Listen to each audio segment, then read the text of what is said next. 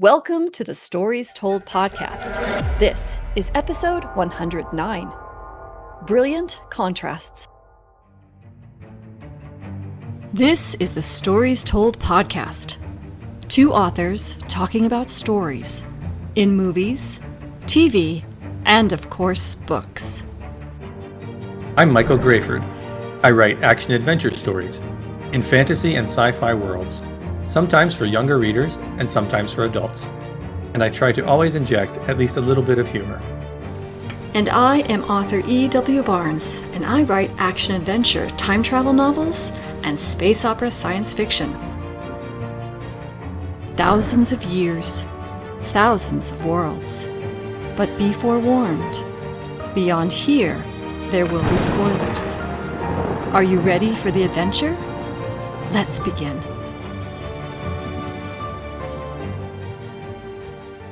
Welcome back to the Stories Told podcast. I'm author E.W. Barnes, and with me is author Michael Grayford. And today we're talking about the story told in Andor, Season 2, Episodes 1, 2, and 3.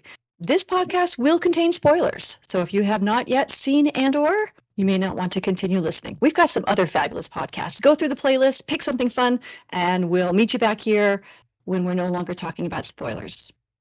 How are you doing today, Mike? I'm doing quite well. How are you?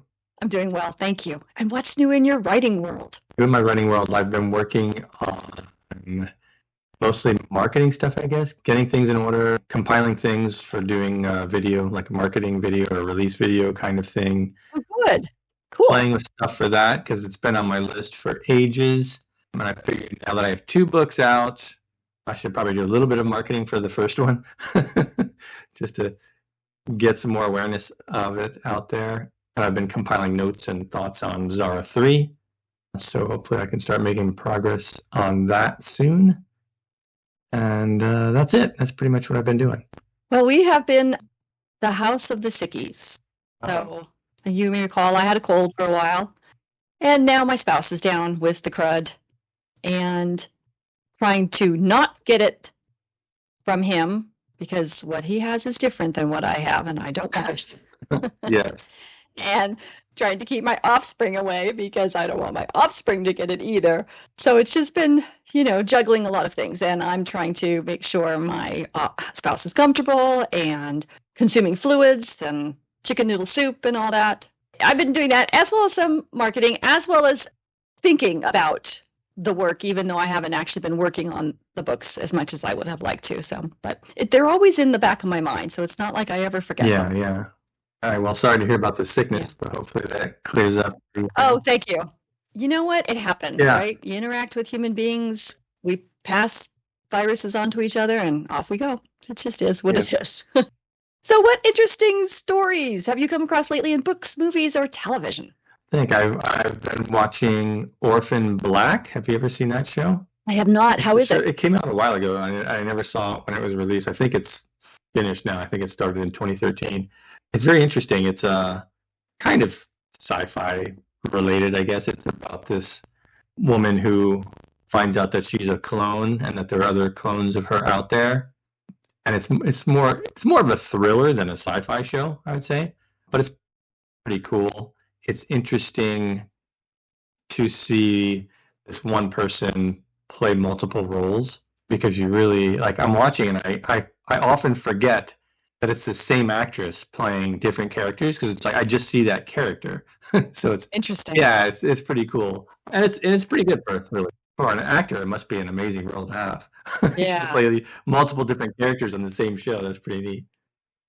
Very cool. And then there'll be times where she obviously she's playing this different character, but that character has to pretend to be the other character. So now that character has to act like the other character, but not exactly the same as that other character, right? Yeah. Because otherwise, you would see the actor in it. So they do pretty good stuff like that. Good. I'm glad you're enjoying it. Cool. That's great. Yeah. What about you? Have you heard anything? Doctor Who a day. Where Okay. am I now? Oh, just finished A Good Man Goes to War, which is the one where he finds out who River Song is. Yeah. So that one's kind of fun. And still reading Lord of the Rings. So the Battle of the Pelennor Fields is over. And moving on to the next phase of the story. So that's been good. That's pretty much it. Mostly just been working on marketing Excellent. and working on, Yeah. life organizing, etc. Are you ready to talk about Andor? Yeah, let's discuss it.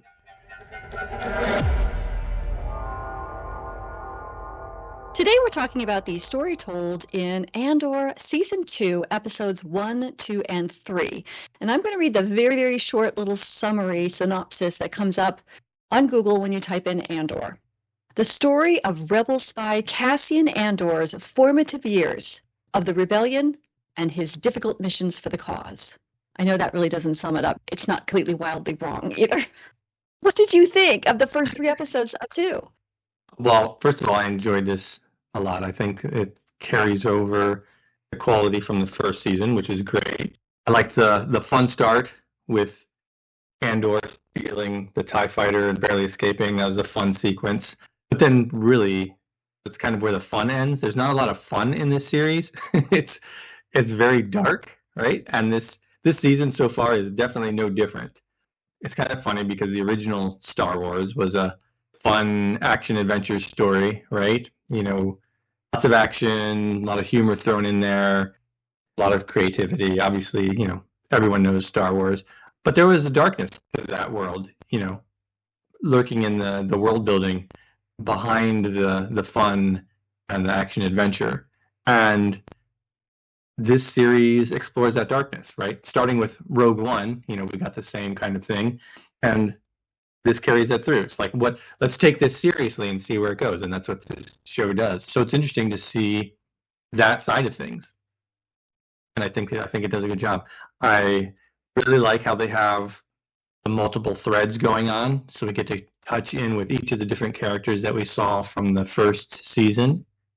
We know what's going on with Andor and with Luthen and Mon Mothma and Bix on the farming planet. And we see what the Empire's up to. We see Krennic from Rogue One up here. So they're starting to link this to the events that are going to lead into Rogue One, obviously. So that's cool. I think they do a good job of keeping us up to date on what's going on with those different people.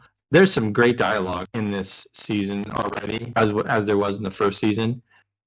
One of the moments that stuck out to me was when Mon Mothma is talking with Luthen, and she says something like, "I don't know what you're talking about," or "I don't know what you mean," or something like that.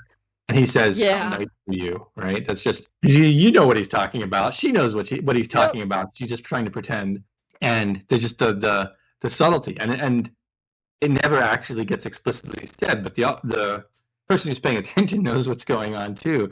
And it's just great moments like that really shine. And there was a great buildup of tension throughout these first episodes, especially leading into the final episode as Andor approaches the planet and the Empire is closing in on their community, worrying for those people, and is he going to get there in time? And then likewise with the wedding sequence where Mon Mothma and Luthen are concerned over whether that guy, I think his name was Tay, was potentially going to give her secret away. So a lot of good build-up of moments like that. Great job of laying the foundation and taking us there. All that was really good. And the show definitely carries over the tone and the feel from the first season. We really get to see these people struggling under the oppression of the Empire. And yeah, there's some dark stuff that happens, as it did in the first season and with Rogue One. So I think that is consistent throughout this little subset of Star Wars stories. So it's interesting. Yeah, I'm very interested to see where they're going to go and how they're going to link this up to Rogue One. How about you? What aspects of this did you like? I loved every moment of this. This was as brilliant as last season, if not more so in some ways. I'm going to argue with you on one point, though, about there not being any fun. There was fun. There were 2 scenes in particular that I thought were fun. One, Dedra taking down Edie was a lot of fun. Yes, that's true. She was like taking down Cyril's mom, who is a bully, who is emotionally manipulative, and Dedra was just not having anything. Now, I will say this whole Dedra Cyril relationship thing is a little hard to believe, but we can talk about that in a bit. Yeah. Yeah, We no, you're just right. run with That it. was a great moment. It was a great moment because she was like, I'm not afraid of you and you're not doing this. Awesome.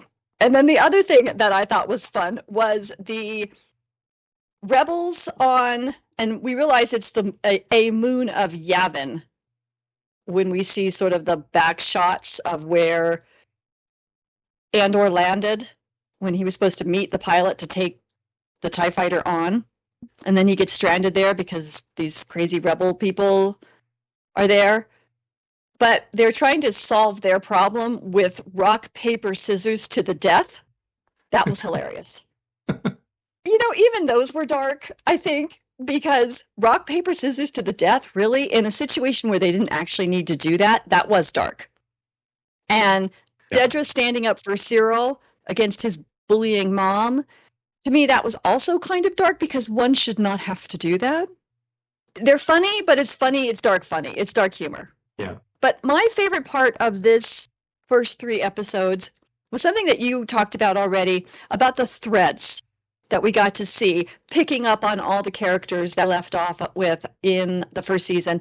And what they did here was, what I wrote down in my note was brilliant contrasts. We've got Cassian stealing a TIE fighter that he didn't get trained on, so he has no idea how to fly this thing. And so he's just still like bouncing off the walls, trying to get it out of the hangar, which is a moment of amusement, but it's also very stressful and like, what's going on here?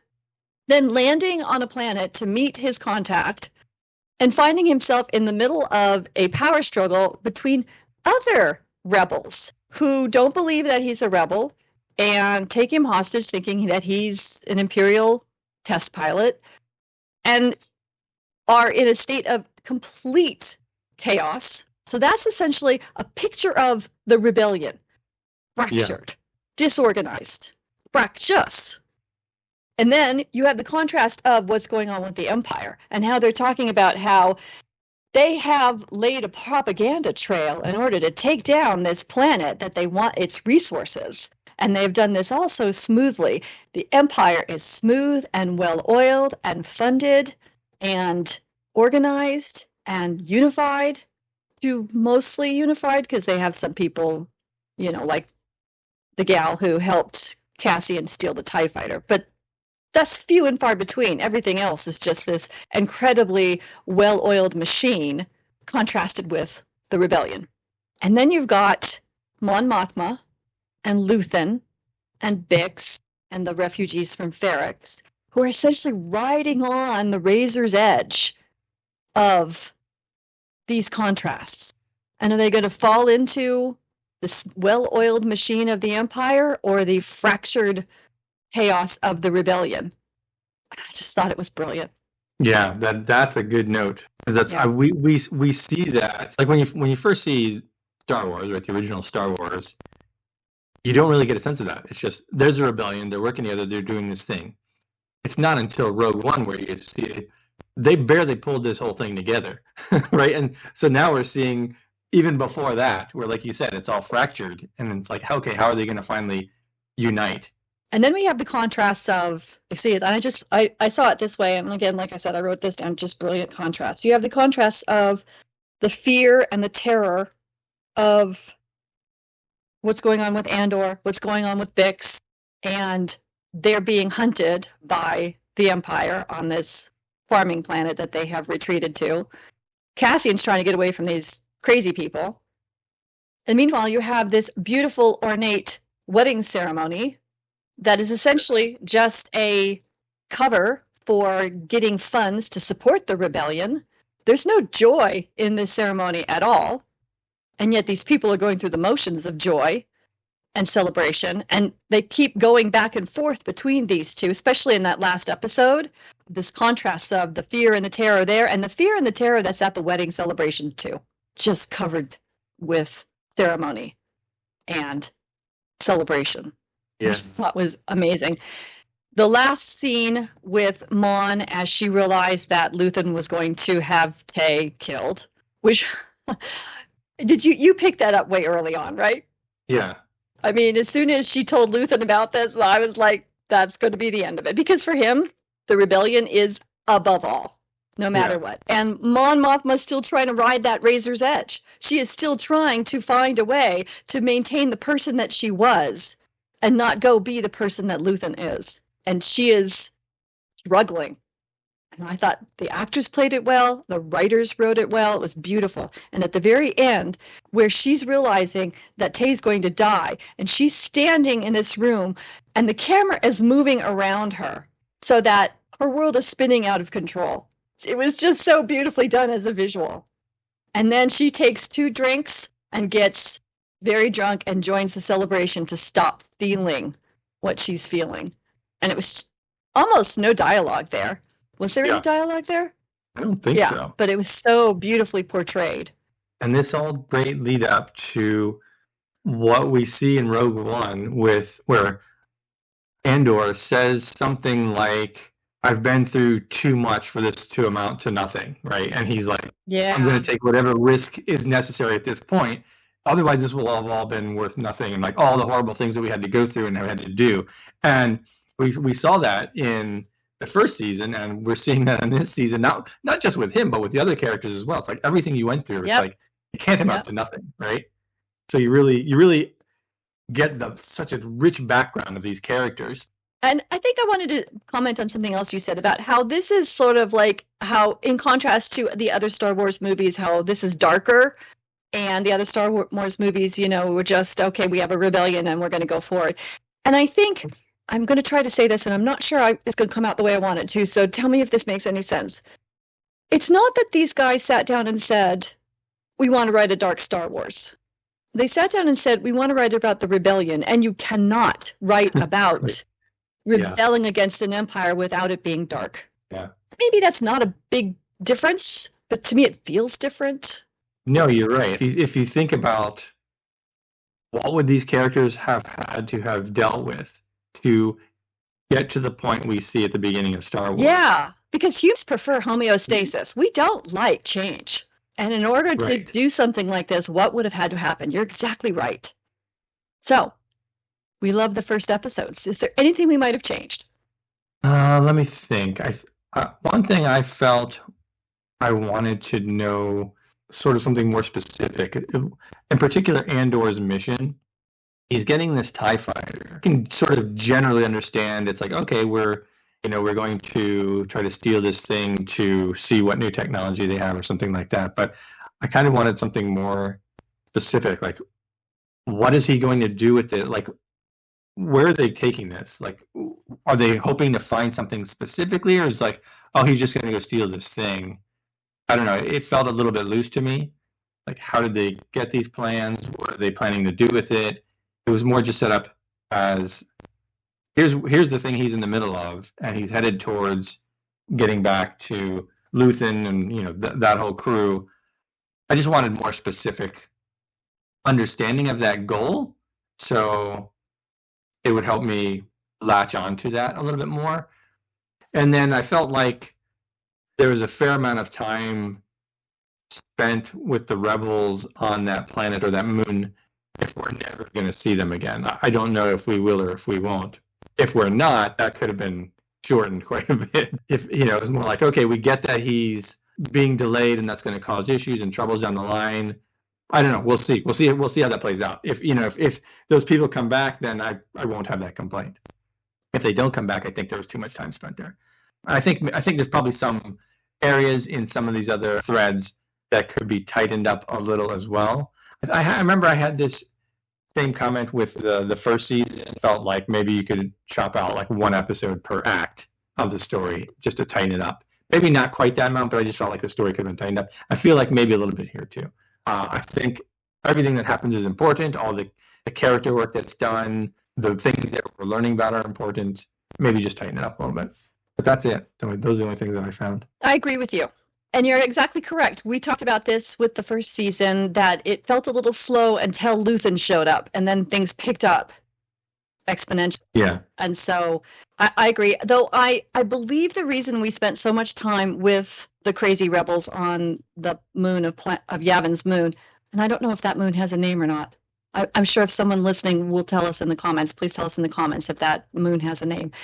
I think it was to show the fracturedness of the rebellion and how, yeah, they need to steal technology. And I agree, it would have been nice to have some dialogue to say this is the brand new TIE fighter with brand new technology, blah, blah, blah, to show how valuable it is. That would have been really helpful. I agree with that. But I think the time spent with these guys is to show that the goal here for this season is not to get new technology, but it is to organize all of the fractured elements of the rebellion into one cohesive group that's going to become a juggernaut. And I think that's probably obvious, but we needed to see the fractiousness of these folks first. But I do think we spent a little bit too much time there. It could have been briefer. Again, though, like you said, it may be that that's the time we spent there is necessary for something down the road. So I too am going to, hold my thoughts on that or conclusions on that until we get to the end of the series. The other thing I would have liked was, again, I felt that the Dedra-Cyril relationship was a little strange. Seeing as she was so sort of just, get away from me, kid, throughout the first season. And yeah, he did save her life. And he is very much a similar character as she is in that he is driven and wants to do what he thinks is the right thing to do. So they do have some similarities. And I have to say, I after watching them together and seeing her stand up for him, I am kind of shipping them a bit. But my first thought was, really? Yeah, no, that's interesting. I think that you're right. They do have sort of this trait of wanting to do the right thing despite the cost, right? And the right thing is obviously subjective, right? The right thing for the Empire in their minds. So they kind of have that same trait, right? They're both willing to risk their own career potentially or their own position in the Empire to do what they think is right. And that's something that. But she seems to be too much of a very analytical thinker to allow her emotions of he saved my life influence her in that way. So I would have liked a little bit of dialogue about just how they managed to come together. I think just a couple of lines to sort of show us where that connectivity stemmed from, not just he saved her life. Yeah. Yeah, and that's it. I mean, those are small things. And maybe we'll get that down the road. Maybe we'll get that sort of backstory of how this relationship bloomed after they realized they had so much in common. So one of the things that you mentioned, I didn't realize that they were on like the moon of Yavin in this one. And so maybe that will connect to Star Wars. Because didn't they, it wasn't the base on Yavin 4 or something like that? So maybe this is like the beginning. And that's why your comment about maybe we'll see these rebels again is actually really valid, because this is where the rebels were when the Death Star came to destroy them and then Luke Skywalker blew it up. I'm looking forward to seeing what the connection is. So how about themes? Did you pull any themes from these first 3 episodes? Hard to pull themes from the first quarter of a story. I mean, we kind of know where this is going and we have the feel from the previous season. So I feel like the themes are fairly similar, in rebellion against oppression, right? It's like you oppress a society and there'll always be, you're forcing a pressure for people to revolt. I think that's a continuing theme in this season. I'm not sure if I noticed anything new in that regards. Okay.